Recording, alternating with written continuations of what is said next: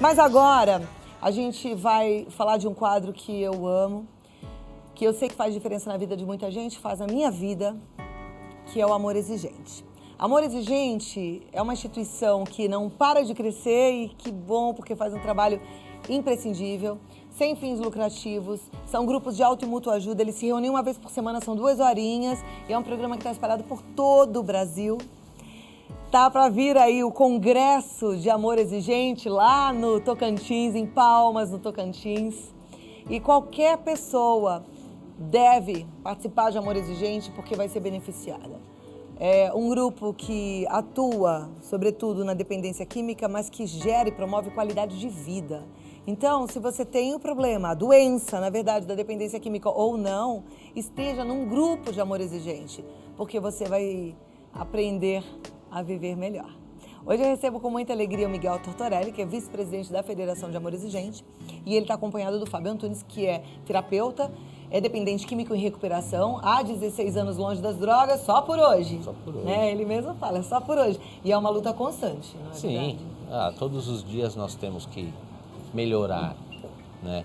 E quando a gente encontra ferramentas para que isso seja possível, cada vez melhor. Facilita, né? Facilita. E o Miguel, ele é um codependente em recuperação, né? Eu digo isso porque o Miguel, ele chegou no Amor Exigente porque ele viveu a dependência química com a própria filha. Perfeito. E eu acho interessante, e eu só vou falar isso porque você já nos deu a liberdade para isso. Com certeza. Salientar que a filha do Miguel, ela foi conhecer as drogas já na universidade. É verdade. Então não era mais um adolescente, não era mais uma criança. O que eu digo é que a droga, ela não escolhe nem faixa etária, nem classe social, nem sexo, ela tá ali para roubar a vida de qualquer um, tá? E experimentar a droga, eu entendo que é brincar de roleta russa, né? De repente você vai girar e justo você ia ficar doente. Então, o bom é viver longe dela, não é verdade? É verdade. E complementando, minha filha morou 5 meses na rua. Olha isso. A filha do Miguel morou 5 meses na rua e já era universitária na época. Já, hoje, felizmente, está recuperada, está bem. Mas o mais legal da gente falar é que morou 5 meses na rua é que tem muita mãe que está em desespero e não vê mais esperança, não vê luz no fundo do túnel e existe essa esperança, né? Insista, resista, persista e não desista. Né? Sempre estendendo as mãos. E é isso que nós fazemos, dar esperança. Eu queria pegar um gancho quando você falou da faixa etária, né? O índice de pessoas já, às vezes, na terceira idade, iniciando o uso de drogas, teve um aumento bem considerável, e principalmente no crack. Então, alguns senhores que se aposentaram e ficaram ociosos, sem ter o que fazer, acabou adentrando tanto no alcoolismo e depois vai passar para outro tipo de droga. Então a gente teve um aumento considerável nesse pessoal da terceira idade também. Então não é só jovem que ele é pego pelas drogas e se inicia um processo de dependência. Também em qualquer idade. Em qualquer idade. E eu falei de crianças, falei de universitários, mas mesmo pessoas formadas. Infelizmente, a gente vê um número crescendo de profissionais formados de médicos, dentistas, educadores físicos e que estão perdidos por conta disso. A gente hoje vai mostrar também a história do José. Ele e a esposa procuraram ajuda quando o filho começou a usar drogas. E ele fala da importância do grupo de apoio. Eu gosto muito de falar disso assim, de boca cheia, porque grupo de apoio é de graça, gente. É de graça e vai te ajudar. Eu aposto com você todas as minhas fichas. Vai te ajudar. Roda esse depoimento.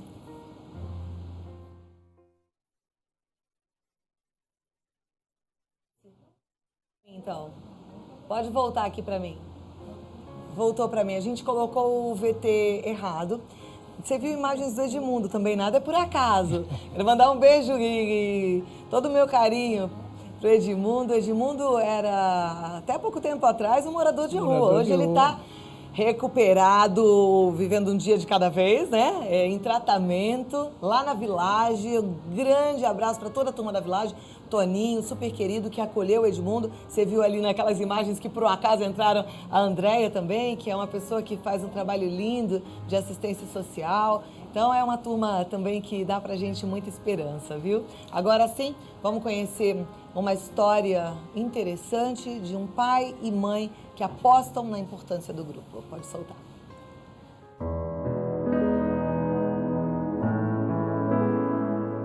A gente começou a prestar atenção em algumas coisas.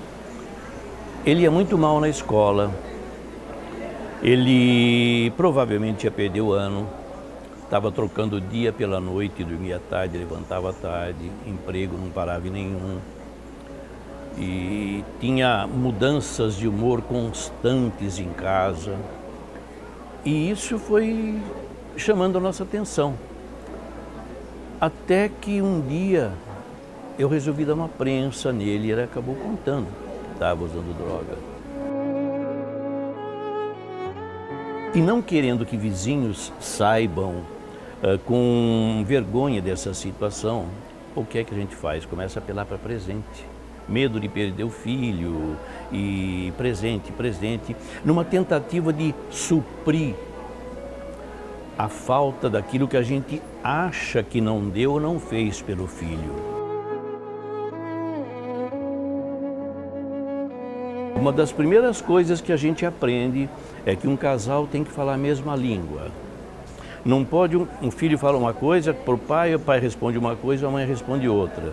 O pai fala uma coisa, a mãe fala outra. O filho sabe exatamente o botãozinho que ele aperta no pai e o botãozinho que ele aperta na mãe. O que ele consegue com o pai ou o que ele consegue com a mãe. Hoje ele trabalha, tem uma vida normal, não usa droga, mas tem uma coisa, sempre distante de qualquer, mesmo de bebida, nem bebida, nada. Porque a drogadição, ela não tem cura. Ela estabiliza, você não usa mais. Mas é como uma vela que vai queimando, se apaga. Se uma hora você voltar novamente, você não começa a usar droga, você volta para o ponto em que você parou, que nem a vela. Se você usava crack, você não vai começar na maconha, para isso, até chegar no crack. Você volta direto para o crack. Essas coisas a gente aprende no grupo de apoio. É uma maneira que a gente tem de fazer com que o outro mude, certo? Mudando a nós mesmos. A nossa mudança é que vai fazer com que o outro mude. Se ele não quiser mudar, entende? Não adianta, você não consegue fazer.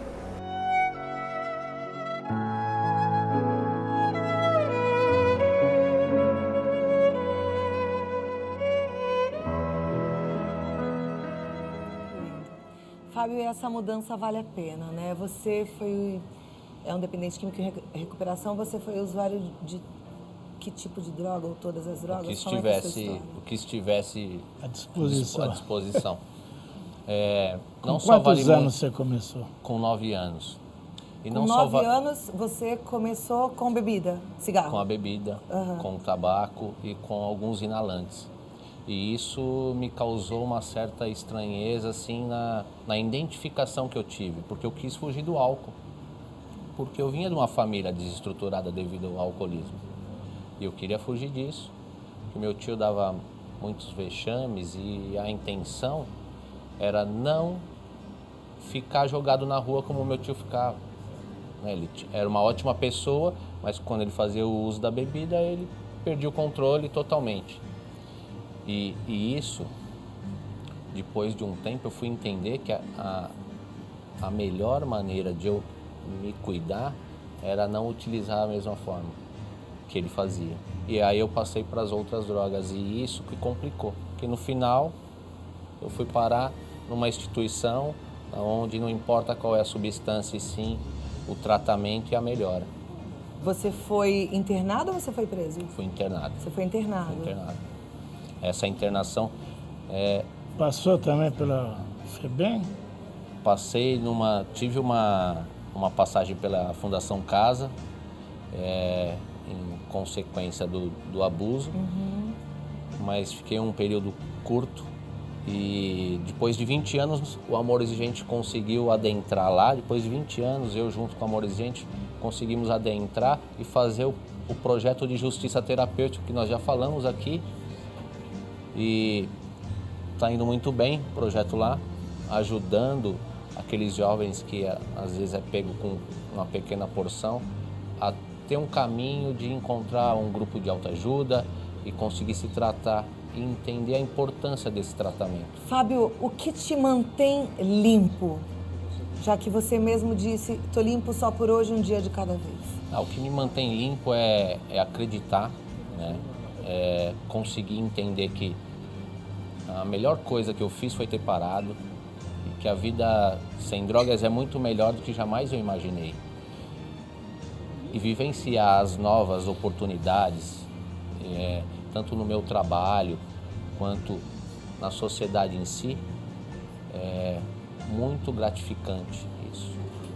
E quando você vê o brilho no olhar de uma família que conseguiu reverter toda a dificuldade que estava tendo, quando um dependente chega até você e fala, graças a você, eu estou 10 anos sem usar, eu estou há 5 anos sem usar. Isso é maravilhoso, porque você percebe que tem toda uma história que foi transformada para o bem. E a nossa sociedade precisa disso. Quando você estava no uso, vocês falam na ativa, né? Isso. Eu estou aprendendo. Quando você estava na ativa, se alguém te falasse isso, não ia fazer nenhum sentido para você. Tinha um O certo que você bloqueio, gostaria né? de ouvir? Porque eu não tenho nenhuma dúvida de que tem gente em algum canto do nosso país te ouvindo e precisando daquele estalo. O que você Eu gostaria acredito de que falar? assim, a coisa mais importante é a gente ter a coragem de buscar ajuda. E assim, o seu programa, ele é um canal que leva até essas pessoas locais onde tem ajuda. E o grupo do Amor Exigente é um desses Então locais. você acredita no grupo de apoio e numa comunidade terapêutica? E Numa na comunidade- informação, Cláudia, esse é o principal. As famílias... Que as pessoas e as famílias são ávidas. Nós estávamos aqui fora, tocou meu celular por duas vezes. Mães desesperadas, procurando ajuda, onde buscar ajuda e onde buscar internação. Então, é informação. E esse canal seu que você abre, e parabenizamos mais uma vez, chega nos Mas olha, eu não quero que telespectadores. tenha só o Vida Melhor falando de dependência química, não. Eu sempre Exatamente. falo isso. E eu tenho muitos colegas, jornalistas, apresentadores. Gente, vamos acordar. O nosso país, aliás, o planeta tá se perdendo. A gente está perdendo tanto jovem, a vida é tão linda. Eu estou hoje toda emocionada com a beleza natural lá do Jalapão. E por que a gente vai perder o jovem para essa vida que é o maior barato? Então, vamos prestar atenção, né? Quem tem a oportunidade de fazer um programa mostrando como é a recuperação, falando de dependência química, dando informação, vamos acordar. É para isso que a gente foi chamado para a comunicação, para fazer a diferença. Senão, eu, pelo menos, prefiro colocar o diploma embaixo do braço. Porque a verdade é essa daí. Só tem esse programa na televisão e um programa de rádio, que é na Rádio 9 de Julho. Da Isilda, que é uma querida. E às vezes a O dificuldade Isilda de e o encontrar até Ivanildo um na Rádio profissional, 9 de né, Julho. Miguel? Às vezes a dificuldade de encontrar um profissional que tenha a habilidade de lidar com a dependência química. Porque tem alguns que lidam com depressão, com ansiedade, mas a dependência química ela engloba tanto a ansiedade quanto a depressão e outras coisas mais. Então, a busca por um profissional também é muito importante. A busca por não só o grupo de ajuda, mas as pessoas que estão em recuperação. Você tocou num ponto que a gente nunca falou aqui, que é muito importante. Olha isso, a gente já falou aqui com um psiquiatra, falando sobre síndrome do pânico, sobre bipolaridade, sobre depressão. Eu já ouvi de alguns psiquiatras assim, você foi no médico, tomou um medicamento, não deu resultado? Conversa com o médico, fala que não deu resultado, troca a dosagem, troca o medicamento. Exatamente. E, não, esse médico eu não me identifiquei, troca de médico. A única coisa que a gente não pode é desistir. A dependência química é uma doença, ela precisa de tratamento. E a gente tem que também levantar essa bandeira para quebrar esse preconceito idiota que faz com que o cara fique lá renegado, à margem da sociedade e sem tratamento. O que o dependente químico precisa é de tratamento, respeito E existem diversas formas de terapia, né, Cláudia? Ao longo desses anos eu venho estudando algumas técnicas e não só as medicamentosas, mas como outras de meditação, de cromoterapia. Tem uma técnica que eu aprendi, chama logoterapia, que é uma técnica do significado, e ela acaba ajudando a pessoa a entender quem ela é e qual é a direção que ela deve seguir profissionalmente. E muitas vezes a família deseja que ela siga uma linha e ela não tem aptidão para aquilo. E ela acaba interiorizando aquilo, fazendo a vontade da família e vivendo uma vida com uma qualidade. E acaba caindo na droga também. Então, existem diversas técnicas. Uma técnica a pessoa vai conseguir encontrar e fazer a transformação necessária para ter uma vida melhor. E o grupo de apoio, né? A gente fala de amor exigente porque ele é sustentado por pilares que determinam metas semanais e você vai se transformando. A gente não muda o outro, mas a gente muda a gente. E nada muda se nada muda, né, Miguel? Se eu não mudar. Então tem que mudar. São os 12 princípios básicos, 12 princípios éticos, a espiritualidade e a responsabilidade civil. Então, isso daí, mas tem que ir no grupo de apoio. O Zé Pedro falou lá que a gente fica com vergonha, na verdade nós temos pessoas que participam na igreja onde a gente frequenta, onde nós temos o grupo e não vão no grupo, porque ficam com receio de serem rotulados que o ente querido usa drogas. Lê do engano, quando nós descobrimos, todo mundo já sabe, absolutamente todo mundo. Então nós temos que realmente, o que você falou, acabar com esse preconceito, perder isso daí e ir buscar ajuda. Miguel, eu queria voltar um pouquinho na tua história. Eu pedi para o Fábio abrir o coração dele como dependente químico em recuperação e você como pai, o que você sentiu? Você falou de vergonha, eu acho que esse não foi o primeiro sentimento. Quando você descobriu que tua filha estava nas drogas de forma inimaginável, né? Morando na rua. Porque no começo, quando nós descobrimos, né? Mulher, menina, né? Entrando nas drogas, era mais difícil, né? Hoje, você já, em termos de álcool, as mulheres já bebem igual um pouco mais que os homens, né? Mas quando ela entrou, era raro. No grupo que nós frequentamos, o que você sentiu? E frequentamos até hoje, era a única mulher, a única menina. Então, a casa cai, né? A gente fala, e a pergunta, e todos fazem, onde eu errei? Né? E tem uma grande dificuldade também, né, Miguel, de se tratar a mulher, porque os centros terapêuticos... no sentimento do pai, porque assim, você falou, a casa cai. Cai. E eu e a minha esposa ficamos arrasados, realmente, arrasados, né? Aí você começa a ver, e ela foi para cocaína, né? Ela passou rapidamente pela maconha, foi pela cocaína. Então aí você fala, pô, uma moça, e a gente desconhecia totalmente dependência química, o mundo das drogas, né? Então era álcool e cocaína. E uma menina, uma mulher usando isso. Então, realmente, foi muito difícil, desestrutura a família, desestrutura tudo. Aí, num dia, ligaram para nós e minha esposa falou, não, vamos buscá-la. Ela estava num ponto de vendas. E nós fomos buscá-la, pegamos, meu genro foi junto. Aí liguei para um amigo que era do DENAR, que ele falou, não, eu falei, o que você me indica? Ele me indicou, vai para uma comunidade, uma clínica e tal, e nós fomos. Uma clínica caríssima, onde só iam, né, os globais. Ela ficou lá 70 dias. Bom, quando saímos agora, está curada, não tem mais problema nenhum, né? Acabou. Ela saiu... Logo depois do almoço, um pouco antes do jantar, já estava usando. Então, aí fomos lá falar com o psiquiatra conversou e falou, faz uma coisa, procura um grupo chamado Amor Exigente. Eu, doutor, ela não ficou boa, não ficou curada?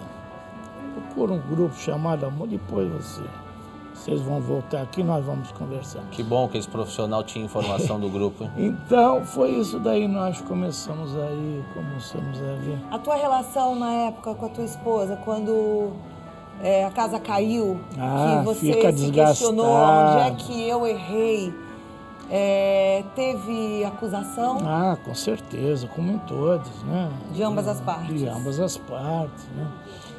E teve vergonha. Muita, né?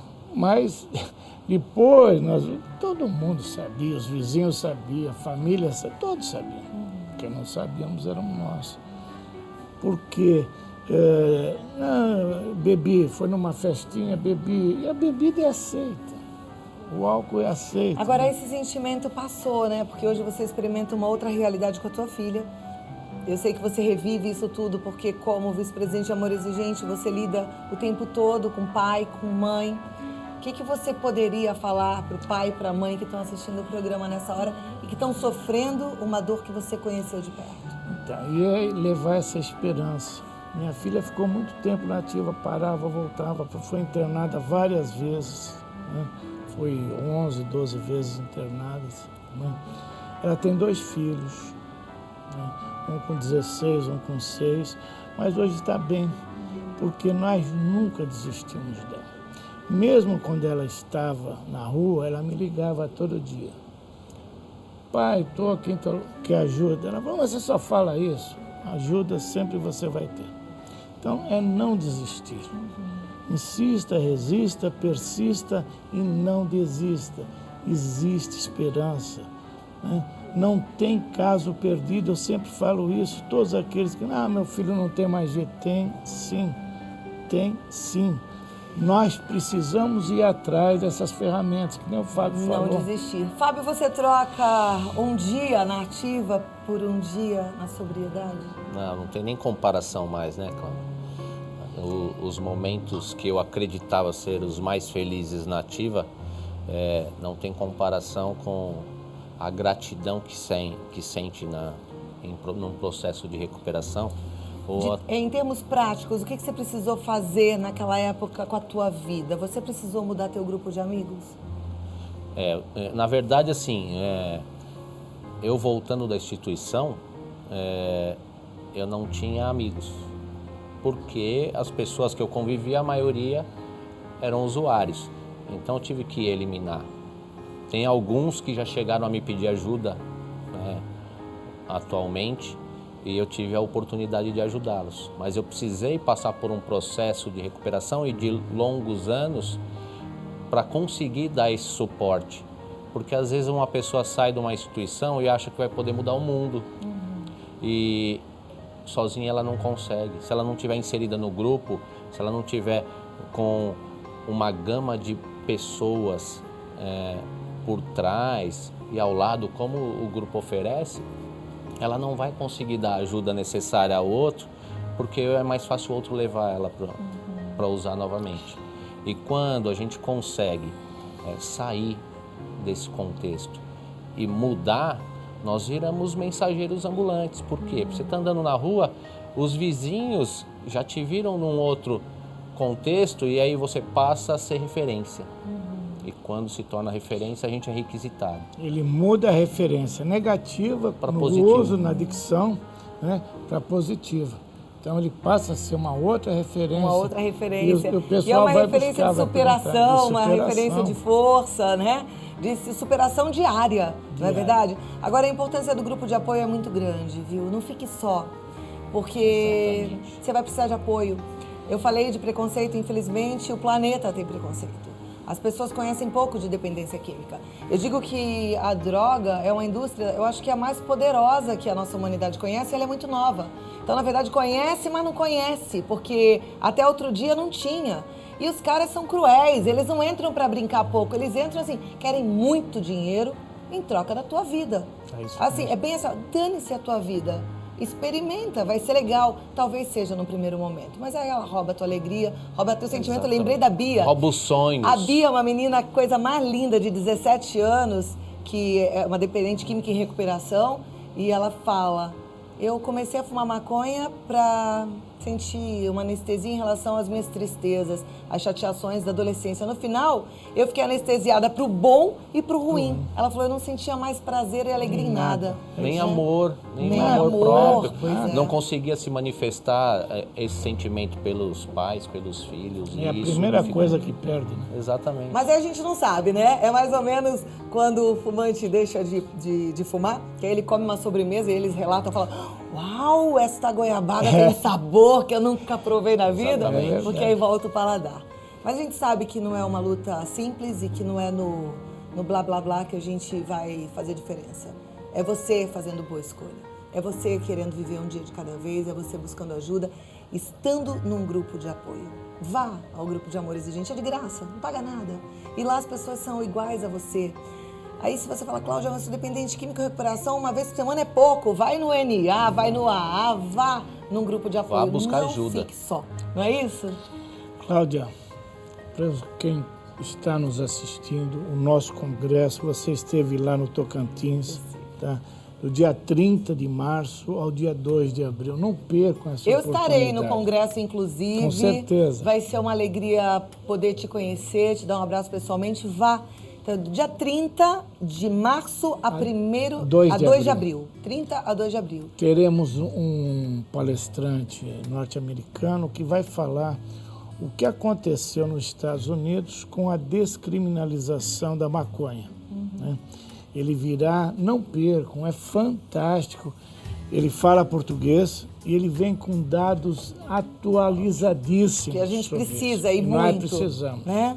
Mas não percam, ainda dá Deixa eu tempo. passar o site, é amorexigente.org.br. Você pode fazer a inscrição e pegar as informações lá, mas pelo telefone também. Eu sei que muita gente não tem internet. 019 3252 2630. 019 3252 2630. Você pode ligar, conversar com quem te atender e faz a inscrição e vá. Obrigada, Se Fábio. eu não falar da agradeço. minha mãe, ela vai ficar brava. Ela é tua telespectadora, minha mãezinha tem 94 Ai, que anos, chama querida. Maria, tá te mandando um beijo. Dona Maria, mãe do Miguel, que querida. Um beijo para a senhora. Obrigada pela audiência, que ilustre audiência. Muito bom. Fábio Antunes, muito obrigada mais uma vez. Eu que agradeço, Bom te Cláudia. receber. Fábio é terapeuta e ele falou um pouquinho. Quer deixar seu contato? Meu contato é o 988 50 70 10. 8850 70 10. 7010. E o Miguel tá lá no amorexigente.org.br. Força, fé e alegria. A gente se encontra no congresso lá em Palmas, Se Deus no quiser. Tocantins.